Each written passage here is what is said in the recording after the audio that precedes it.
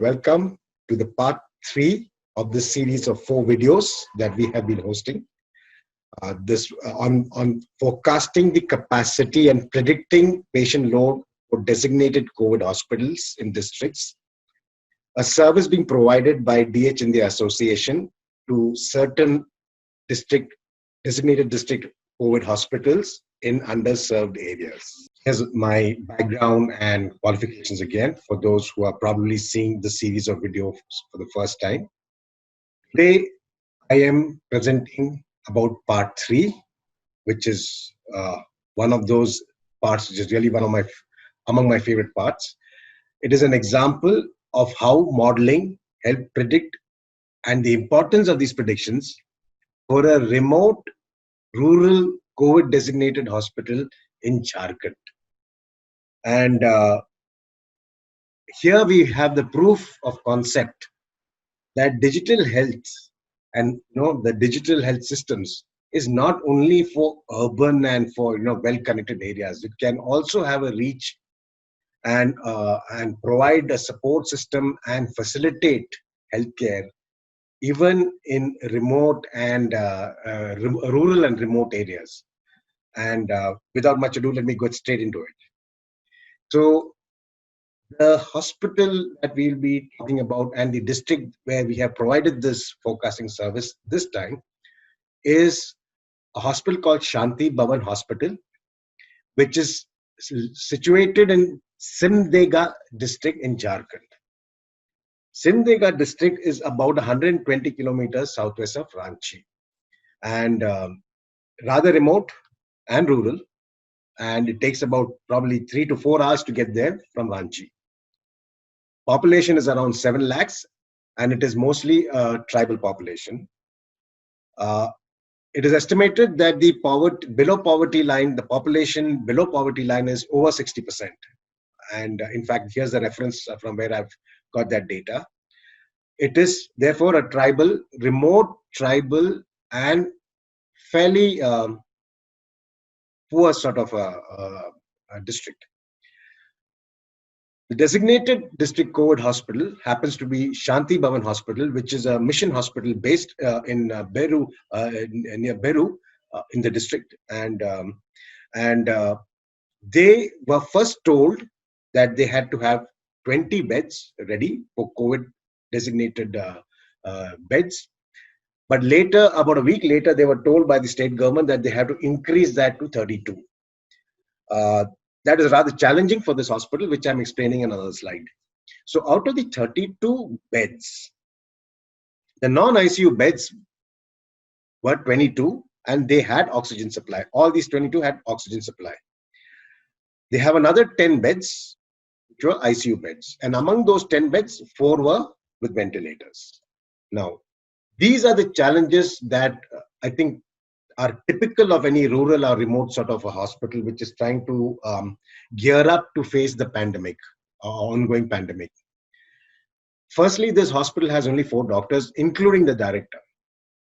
The director, who's one of my heroes, is Dr. George Matthew. He's an ex-principal of CMC Vellore and ex-HOD of the Gastrointestinal Surgery Department in CMC Vellore Hospital. After retirement, instead of, after such an illustrious career in Vellore, he decided that he would carry on serving, especially in areas of need. And that is how he came across to Jharkhand, to this remote district, and took over this hospital as the director. Mind you, he's 70 years old and he is both a hypertensive as well as a diabetic, of course, in control. But with all this sort of disadvantages, he still took up that post. He has only 4 doctors and a very limited nursing and clinical staff. And yet that hospital was the one hospital that was chosen as a designated COVID hospital by the state government, right? So it shows that that hospital has been doing so well under Dr. George Matthews and also had a reputation, has a good reputation. With the staffing they have, they can actually handle only 15 COVID cases. If there are severe cases, if there is somebody on not even a ventilator, but somebody in ICU and need a sort of proper care with high flow oxygen, they can really handle only 15 COVID cases. If there are ventilated cases, probably maybe about 10 to 12, right? Because one ventilated case means you need to have that rotation, and then you have to have the doctor's rotation, and that it takes the equivalent of 6 other patients to look after one ventilated patient. The other disadvantage is if you do a COVID testing in this district, they have a separate screening center, which was not in this hospital. They have a dispensary, which is a government dispensary, which was doing the COVID testing. The problem was that that COVID testing, because of the remoteness of this district, used to take 4 to 5 days for the result to come back.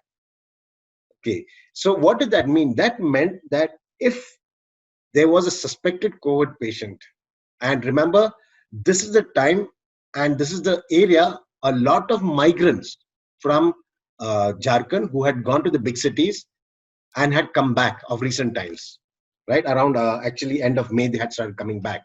So even though they themselves were healthy, the danger was that they would be transmitting that, or they would be passing on the virus to their elderly at home, like their parents and the other elderly. Most of them live in small homes, shanty homes. So that possibility was very high.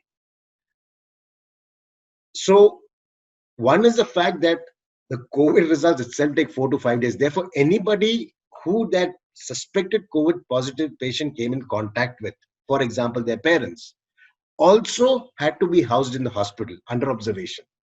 Of course, may not have been kept in a COVID positive ward, but it kept in a separate sort of isolation ward because they had to be under observation till their results came back.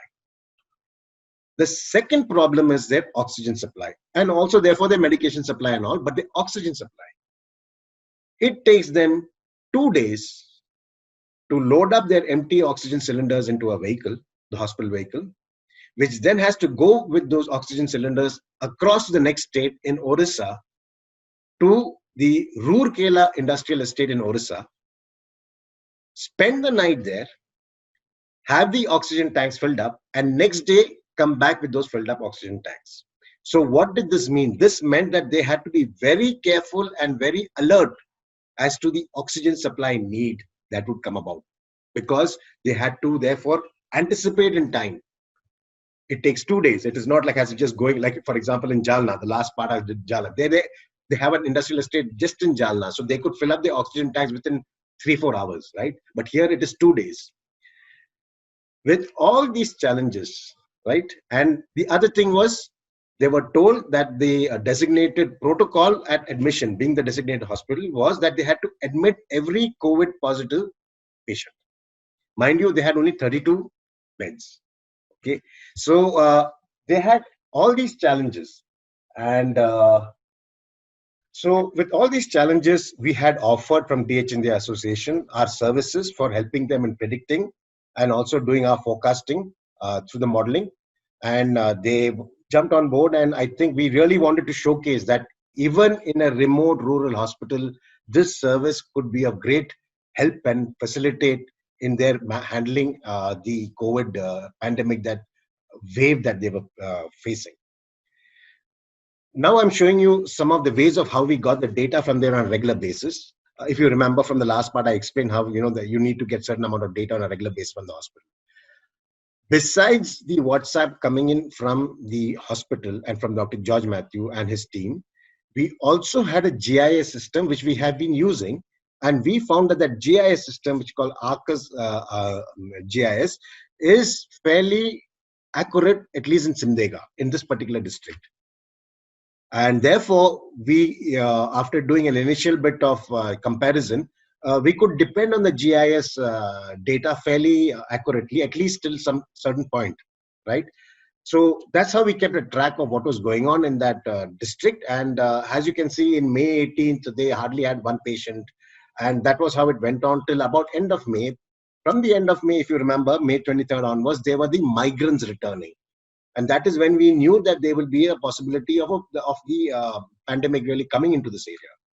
Sure enough, May 23rd, the signs started showing up. 7 cases positive were admitted.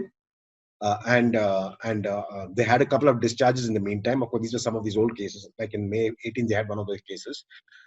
But as you can see the progression, May 23rd, 7. Okay. Then on May 25th, it went up to 10. And finally, May 31st, it went up to 14.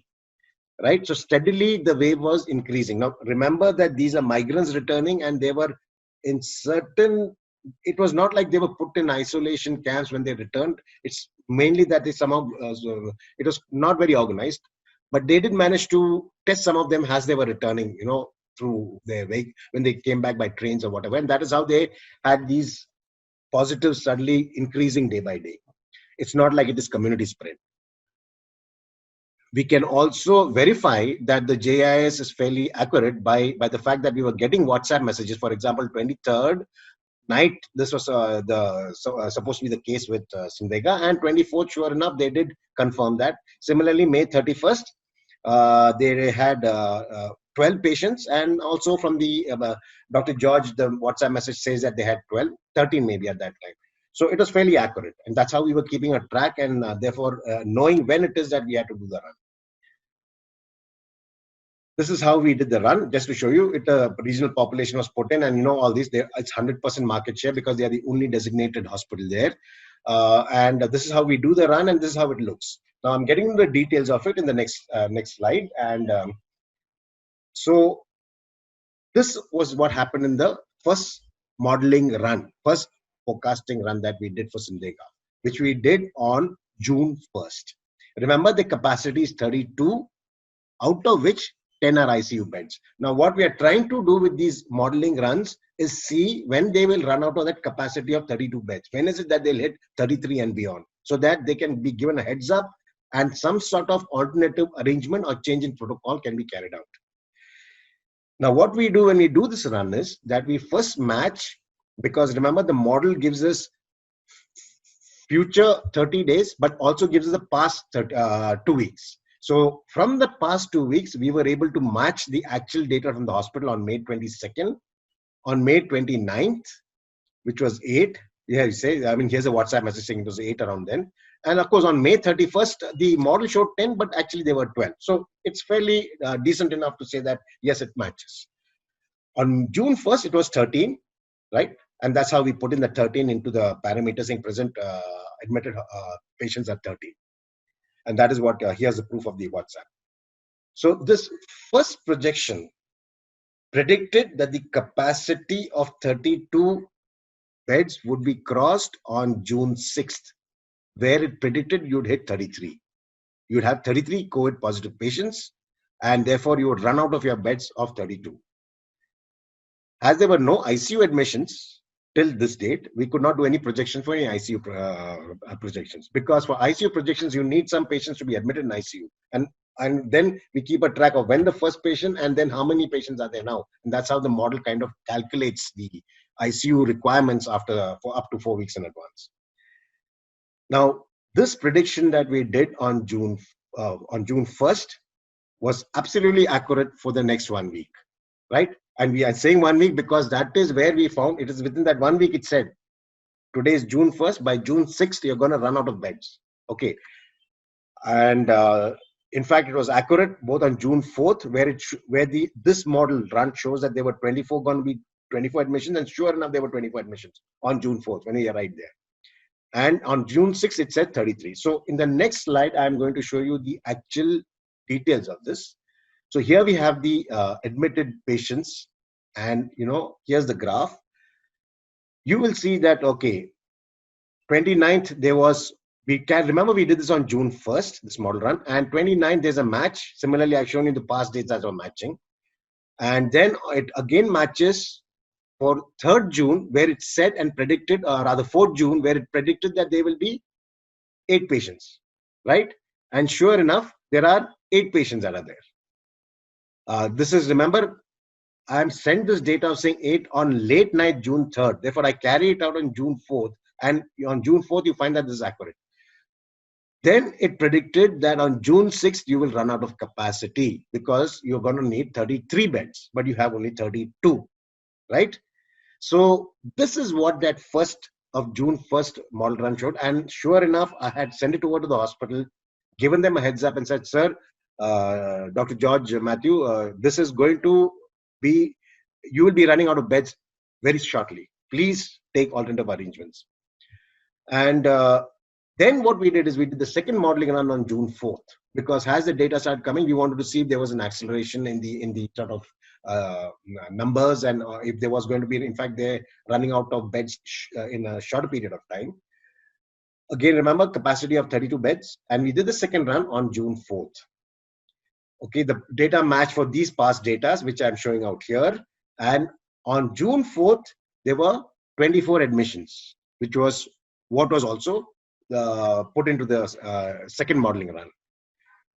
Now, what was found out was, just as the first projection of June 1st, the second projection of June 4th also predicted that the capacity of 32 beds would be crossed around June 6th, exactly on the same day, June 6th.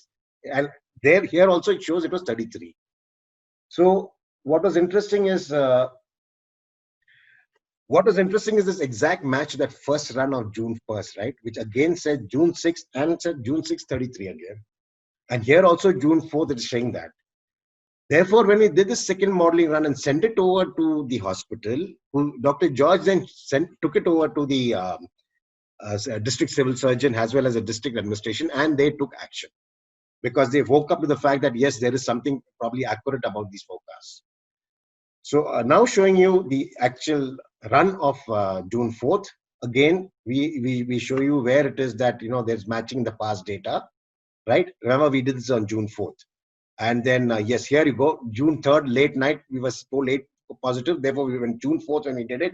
It was has 8. June 4th morning, we did this.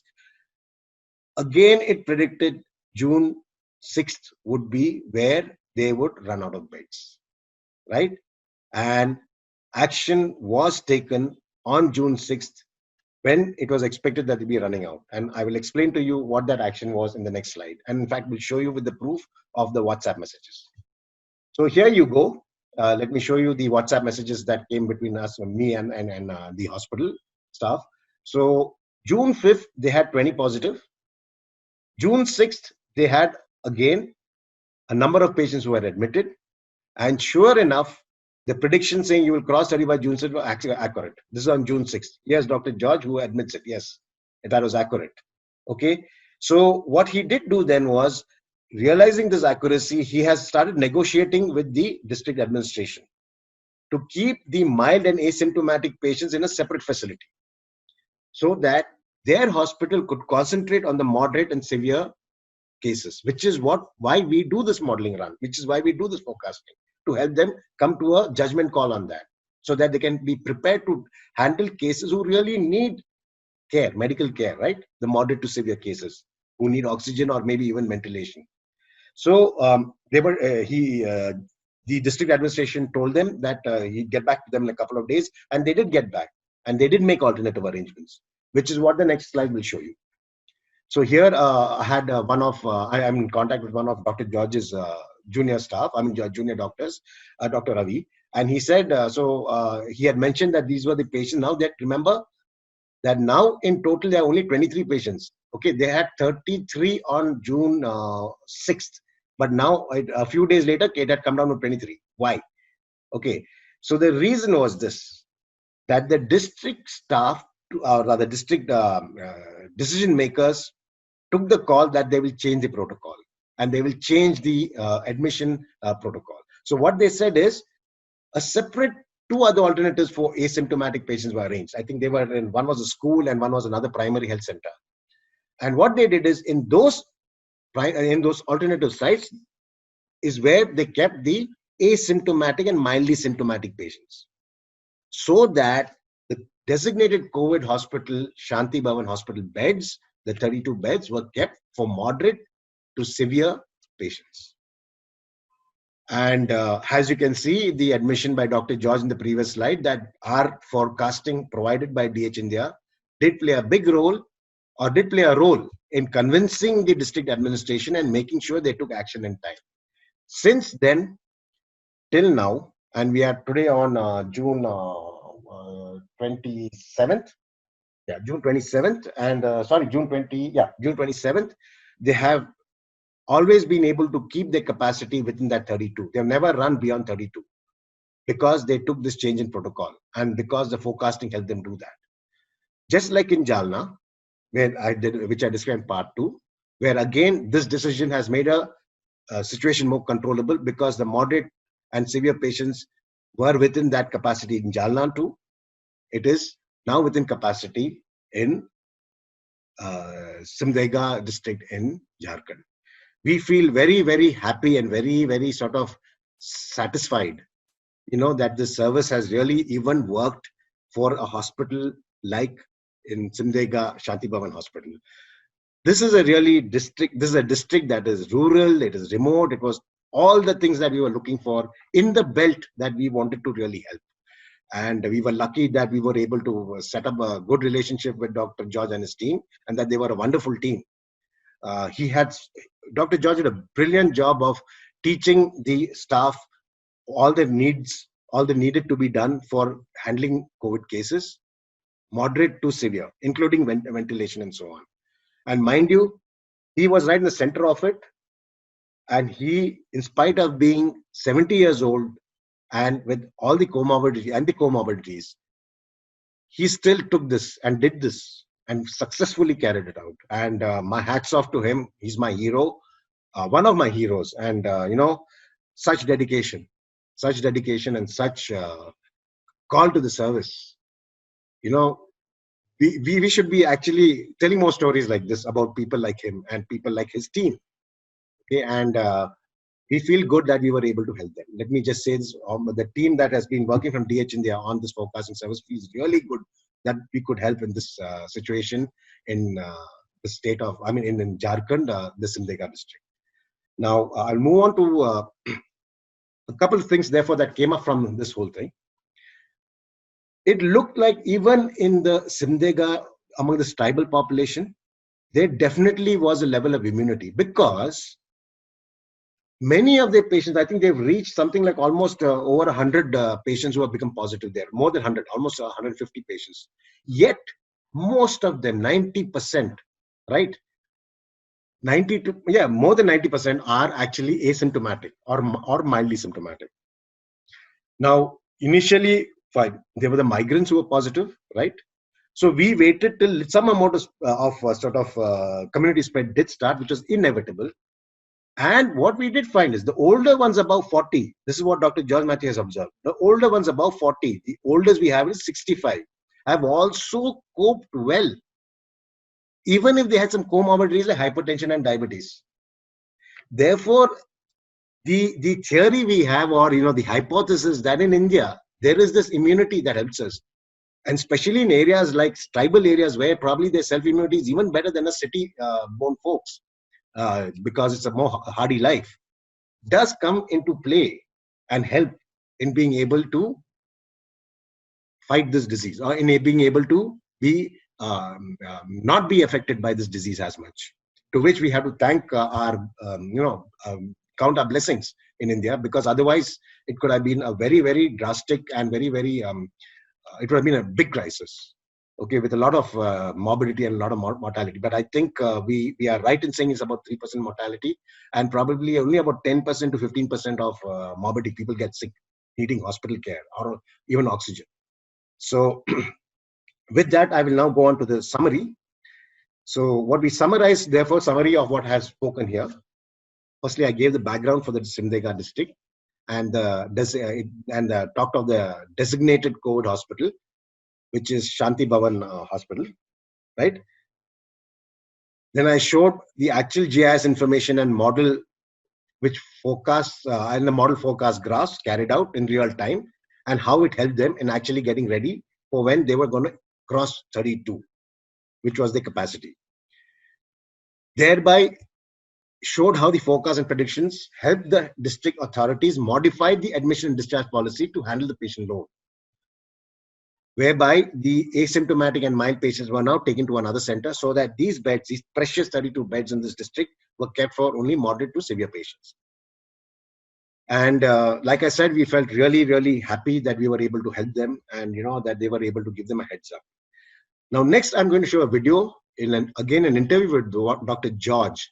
But this time, instead of talking of how this forecasting has helped him, I'm going to talk of another aspect of digital health that even Dr. George, who is in this rural remote hospital in Jharkhand, realizes can help them. And this other part of digital health is by deploying telehealth. And that is what the following recording on the next recording will be showing, which is an interview with him talking about how telehealth could be used by his hospital in the present situation that they are. And anybody wanted to get in touch with me, there is my email address. Thank you and enjoy the video. And I hope again it will give you an insight into what they are facing when they are a designated COVID hospital, thereby not having not allowed to have other OPD patients or other inpatients, and therefore what can they do to sort of survive that crisis or that sort of revenue deprivation that they're going through. Besides the fact, they have all these other hardships. You being the designated COVID hospital in the district, and the rule says that because you're the COVID hospital, you cannot really have other sort of inpatients in place coming in Yes. and getting admitted. And Yes. but are you allowed to hold an OPD? Just I want to ask Even you. OPD, we officially are not allowed to see. All Got right. it. Okay. Yeah. We are not allowed to see non-COVID. We are Okay. not allowed to see emergency. We are not Okay. allowed to admit because Okay. we are a designated COVID hospital. So Got it. we are supposed to only look after COVID. Now, Okay. this situation, Right. I think, is going to last for a long time. And you're not basically getting any financial aid towards from the government to help you sustain or Absolutely. right. Okay. In this, yeah. Okay, then to recap, you used to have a footfall of about 50 patients per day 50 in your to OPD. 60 on a good day, it will be up to 80. Okay, and now that has come down completely because you are not allowed to do it, and maybe only one or two patients who are probably in your Who are healthcare walking community. distance, All right. Yeah. Okay. So the difficulty is, one is, besides the fact that you have this, this responsibility of being the COVID hospital with its ongoing sort of expenditures, and the fact that you have to be all set up for it and all the additional sort of protocols you have to follow. On top of it, you don't have your normal flow of patients either in OPD or an IP, because being a designated COVID hospital, you have just to handle COVID as per the rules or what the government has stated. Now, what that has led to is, with your being there and the hospital having gained a reputation, and you having come from CMC Vellore, and has the pediatric has the gastric surgeon from Vellore, and having got that going, has probably a niche that your hospital had in this area, thereby having built up quite a patient panel, right? Yes. Now with this having come on you, those patients unfortunately have been lost, besides all the other sort of specialities who are probably coming in, with the fact that you are bringing in specialists from Vellore, from CMC Vellore, as well as your ex-classmates, and giving those sort of consultations to them. And now for the past 1.5 to 2 months, you have actually now to forego all that, right? Yes. And the question therefore comes, how can you still sort of keep your at least continuity of care with your patients who are already there, and how can you carry on with follow-up, at least the follow-up of patient care, correct? This is the difficulty you're facing. And thereby, the only probable solution is to look at a teleconsultation sort of a system which may help you out in doing that. Right? Okay. Now, so what else would you like to add on to this? Just because I'm recording the other thing is the last bit. This is not the first priority. Right. The last bit is, now we have no patient income. Okay. Right. My patient income was mainly consultations. Right. And operations or procedures. Right. Okay. Right. That is not, the operations and procedures is not going to happen for a long time till all these things are sorted out. But now I don't even get an income for consultation. Now I cannot tell a patient if he rings up saying that, you need to pay. I don't do that. But if there is a system by which they have to pay at least a nominal consultation to the hospital, right? Which would be some amount of income coming. Right. Without that, it is not that I'm saying those who are deserving, we will still give it free. But there is some source of income Right. And this teleconsultation could be a means to get some sort of income also. Got it, sir. Fine. Yeah. Yes. Yeah.